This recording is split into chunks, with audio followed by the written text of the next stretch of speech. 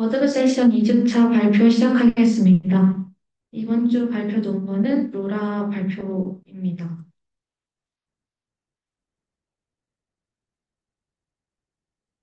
목차는 논문 구성과 유사하게 구성하였습니다. 대규모 언어 모델은 일반 도메인 데이터를 가지고 다양한 하위 과제에 맞춰 파인 튜닝 하는 방식을 지닙니다. 이러한 전통적인 파인 튜닝의 문제는 파인 튜닝을 할 때마다 모델 전체를 새로 저장하고 관리해야 하며 이로 인해 디스크 메모리 부담이 커지고 시간 지연과 비용 상승이 발생하게 됩니다. 이를 해결하기 위한 기법들로 어댑터, 프리픽스 튜닝, 피트 등의 기법들이 많이 소개가 되었는데 이러한 기법들 또한 추론 지연이나 표현력 제한 같은 문제점들이 있었습니다. 이것에 대해서 자세하게는 뒤에서 보도록 하겠습니다. 그리고 이러한 기법들의 문제였던 추론 지연과 표현력 제한을 해결할 수 있는 방법이 이 논문에서의 아이디어인 로라입니다. 간단하게 설명하자면 그 사전 학습된 가중치는 고정을 해두고 그 얼마나 변화할지에 대한 변화해야 하는 것을 A와 B라는 작은 행렬로 분해를 해서 그 A, B만 학습하는 형식을 지닙니다. 이렇게 하게 되면 전체 파라미터의 약 1%만 최적화하기 때문에 학습 시 필요한 연산량, 메모리 디스크 사용량이 크게 줄어들고 학습된 그 로우 랭크 행렬을 미리 합친 가중치로 한 번만 연산을 하기 때문에 추론 지연조차 발생하지 않게 됩니다. 이러한 불안은 모든 과제에 접목시킬 수 있지만 이 논문의 2장에서는 모델을 학습시키는 상황을 수식으로 일반화하기 위해 조건부 언어 모델링을 최대화하는 문제로 일반화하여 풀 파인 튜닝 방식과 비교하였습니다. 이 수식에서 보실 수 있다시피 풀 파인 튜닝은 학습해야 할 파라미터 수가 기존 파라미터 수와 동일합니다. 그렇기 때문에 과제별로 전체 모델을 저장 관리해 그 메모리 비용 부담이 매우 크게 됩니다. 다만 이 논문에서의 아이디어는 과제 특화 파라미터를 더 작은 파라미터 집합으로 인코딩하여 사용하기 때문에 저장 학습 비용이 절감됨을 확인할 수 있습니다. 아까 앞에서 소개했던 기법들 중에 어댑터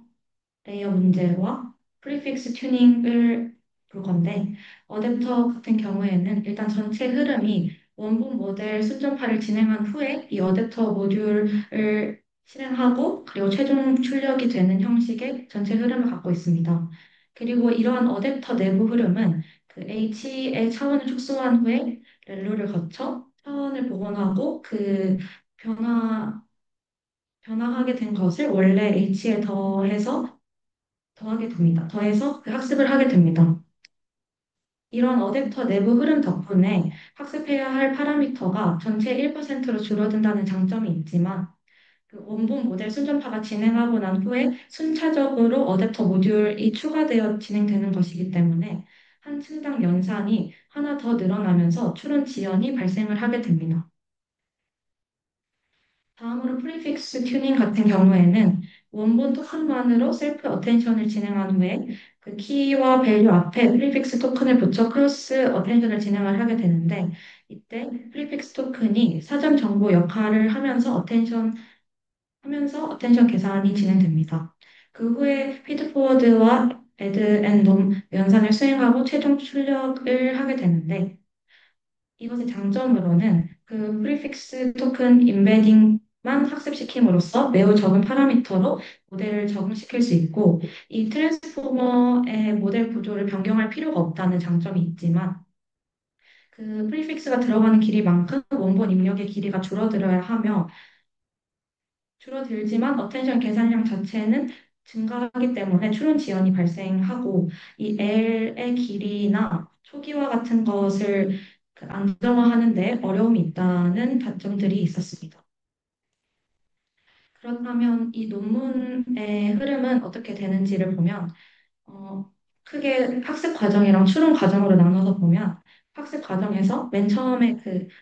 A랑 B, 작은 A랑 B 행렬로 나눈다고 했는데, 그 B 행렬은 0으로, 그리고 A는 가우시안 난수로 초기화를 하게 되는데, 이렇게 되면 그 A를 가우시안 난수로 초기화함으로써 학습 가능한 자유도를 확보하고 랜덤한 방향으로 학습을 시작할 수 있게 되고, 그 B를 0으로 초기화함으로써 그 B와 A의 행렬 곱이 0이 되기 때문에 기존 모델을 유지할 수 있다는 장점이 있습니다. 그리고 그 매 스텝마다 A와 B를 조금씩 조정해서 그 증가를 만들어주고, 그리고 스케일링을 그 R분의 알파 값을 곱해주면서 하이퍼트 조정을 하게 되는데, 얘가 이제 랭크 R이 작아질수록 가중치 변화량이 작아지기 때문에 이 R이 바뀔 때마다 불안정하게 돼서 이 R분의 알파를 곱해줌으로써 일정한 스케일의 업데이트를 가능하게 합니다. 그리고 난 후에 그 W와 그 변화량인 델타 W를 더해가지고 그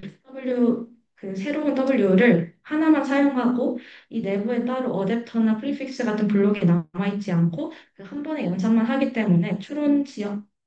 없이 돌릴 수 있게 됩니다. 이렇게 되기 때문에 이전 기법들과의 차별점이 그 랭크 R만 조정해서 일부나 혹은 전체를 바꾸는 상태까지 확장이 가능하고, 그리고 그 학습된 거를 합쳐줘서 한 번에 원래 기종과 동일한 속도로 동작할 수 있게 하고, 그리고 따로 그 새로운 과제를 하게 됐을 때 전체 모델을 로드하지 않고 교체해서 바로 실행할 수 있다는 차별점들이 있습니다. 그리고 이 로라 같은 경우에는 트랜스포머 기반의 언어 모델들에 같이 쓰이는데, 이 트랜스포머에는 가중치가 그 셀프 어텐션의 그 네 가지 행렬, 네 가지 가중치, 그리고 MLP의 두 가지 가중치 행렬이 존재합니다. 근데 이 논문에서는 그 쿼리와 밸류에만 사용을 했는데, 그게 일단 첫 번째 가장 큰 이유는 경험적 선택으로 그 실험을 해봤을 때 효과가 검증되는 최소한의 부분이 쿼리와 밸류였기 때문이고, 그리고 이론적으로 조금 보자면 쿼리는 어떤 정보에 집중할지에 대한 내용이고 밸류는 어떤 정보를 가져올지에 대한 내용이기 때문에 그 어텐션의 분포를 직접 조정하고 컨트롤하는 과정에서 거의 완벽히 그 둘만 조정해서 거의 완벽히 튜닝할 수 있기 때문에 쿼리와 밸류에만 적용하였다고 합니다. 이러한 로라의 한계로는 한 배치에 서로 다른 과제가 섞여 있을 때 그 배치에 맞춰 매 샘플마다 다른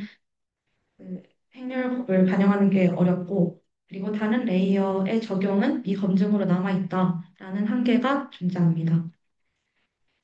이 논문에서는 그 크게 모델을 자연어 이해와 자연어 생성의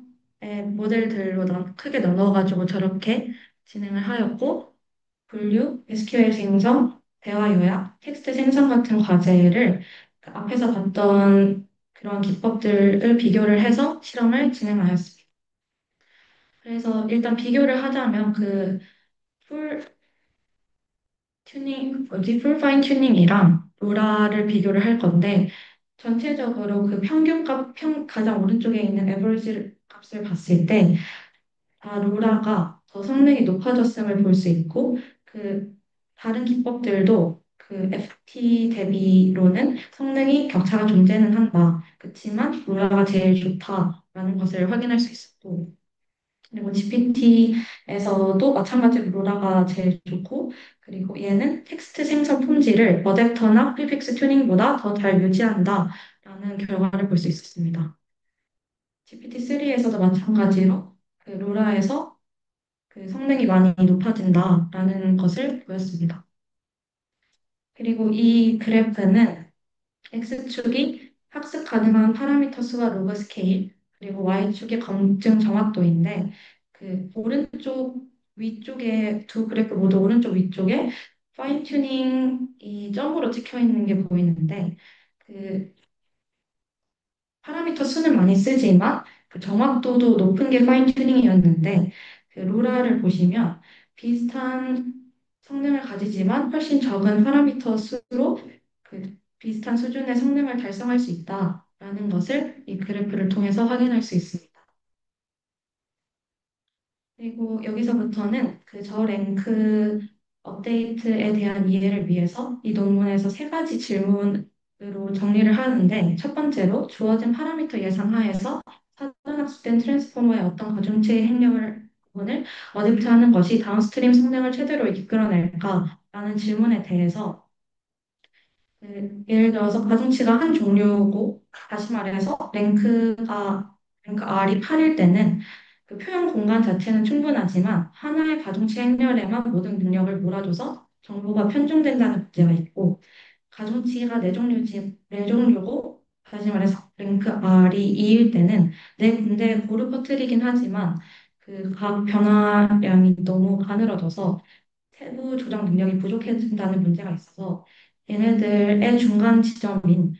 가중치가 두 종류이고 랭크 R이 4일 때가 그 정보량이 충분하면서 파라미터를 골고루 분석한 텐에서 어텐션 조정 능력을 극대화하는 최적의 균형을 이뤘다라고 이 표에서 보여주고 있습니다. 그리고 두 번째 질문으로는 최적의 어댑테이션 매트릭스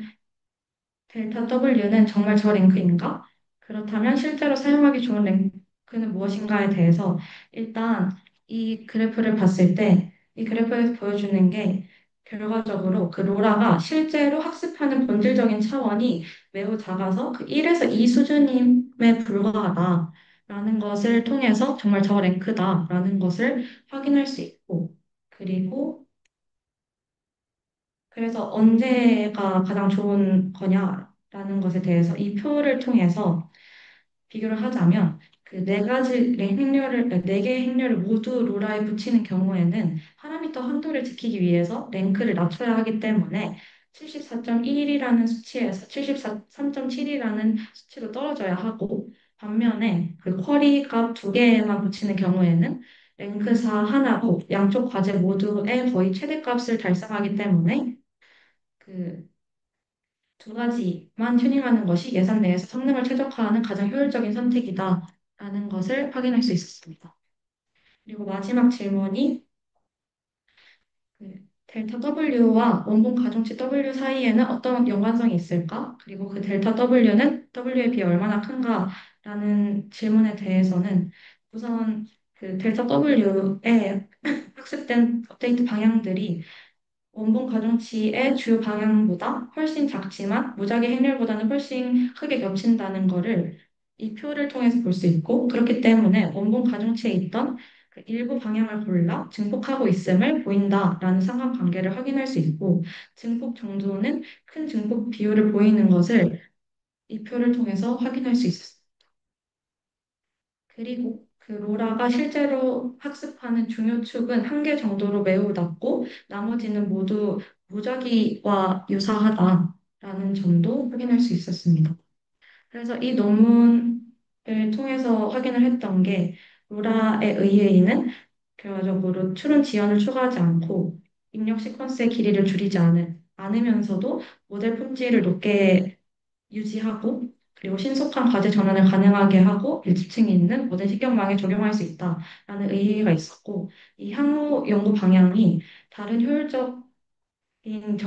적응 기법들과 결합해서 성능을 향상시키는 것 그리고 파인튜닝 메커니즘